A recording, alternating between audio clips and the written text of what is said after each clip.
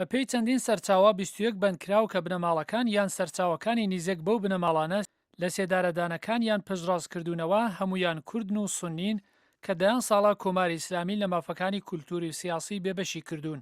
کۆماری ئیسلامی ئەو کەسانەی گویا لەبەر هەوڵدان لە دژی ئاسایشی وڵات ئاخاوتن لە دژی نیزام ئەندامەتی لە گروپەکانی سەلەفی نانەوەی فەساد لەسەر ئەرز و دژایەتی و شەڕ لەگەڵ خودا و تێرۆری مەلاکانی سونی بە تاوانباری ناسین. کۆماری ئیسلامی لە تەواوی ئەو ساڵانەیە لە 36 ساڵی ڕابردوویە کە لەسەر کارە هەمووی هانی ئەوە بوو کە بتوانێت بە جۆرێک گەمارەیەک بخاتە سەر ئەو وڵاتە یا ئەو منتەقانەی کە سونیەکان تایە دەژین و بەتایبەت ئەو جێگانەی کە سونیەکان کوردن و هەم بە بۆنەی کوردبوونیانەوە وەکو نەتەوەیەک و هەم بە بۆنەی مەزهەبیانەوە وەکو تەسەنن ئەو گەمارۆ لە ساڵهای پێش و خراوەتە سەریان.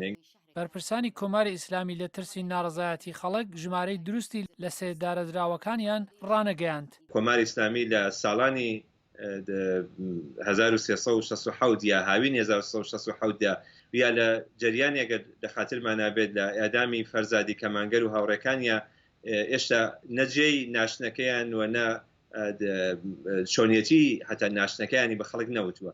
قەتعاً کۆماری ئیسلامی ترسی لەوەی هەیە کە ئەگەر مەراسمێک بەرگوزار بکرێت بۆ ئەم کەسانە یا ئەگەر ڕێژەی ئادامیەکان بۆ تریێت دەبێتە هاندێرێک بۆ ئەوەی کە خەڵک بۆ بەتایبەت ئەو کەسانەی کاران ئازادار و ماتەمیان گرتووە بۆ مۆزوعە بڕژنە شەخامەکان و بۆ کۆماری ئیسلامی مشکڵێک پێبێنن.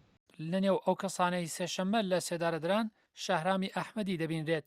ناوبراو چەند ڕۆژ پێش لەو توێژێکی لەگەڵ دەنگی ئەمریکا کوتی کە 33 مانگان تەنیا لە بەندی تاکە کەسیدا بووە و سەبارەت بەهۆی جیرانی وای باس کرد کە لە 6 بانەمەری 1380 تاوی ئاگاداری و ناڕزایەتی بڵاو کردبووە سەبارەت بەوەکە هێندێک لە مەلاکانی شیعە بێڕێزی و سۆکایەتی بە ئاینی سونی دەکەن.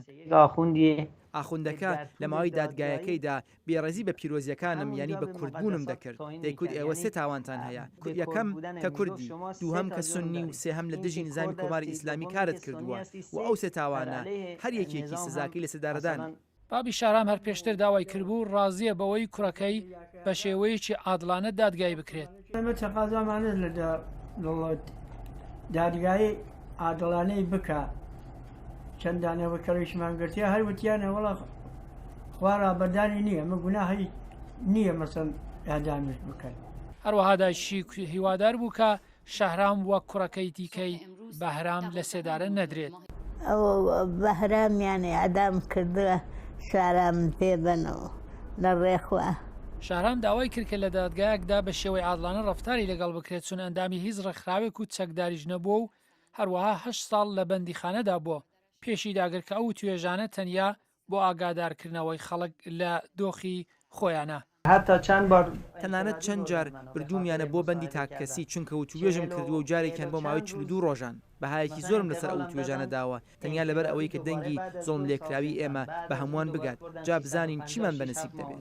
ڕێکخراوەکانی کوردستانی لە نێواندا حیزبی دموکراتی کوردستانی ئێران کۆمەڵی زەحمەت کێشانی کوردستان ڕێکخراوی خەبات و یەکێتی لاوانی دموکرات ئەو لە سێدارەدانایان مەحکوم کرد و داوا لە ڕێکخراوەکانی نێودەوڵەتی مافەکانی مرۆڤ و ڕایگشتی ئێران و کوردستان دەکەن لە هەر ڕێگایەکی ممکنەوە هەوڵی ڕاگررتنی ئێعدام لەلایەن کۆماری ئیسلامی ئێرانەوە بدەن.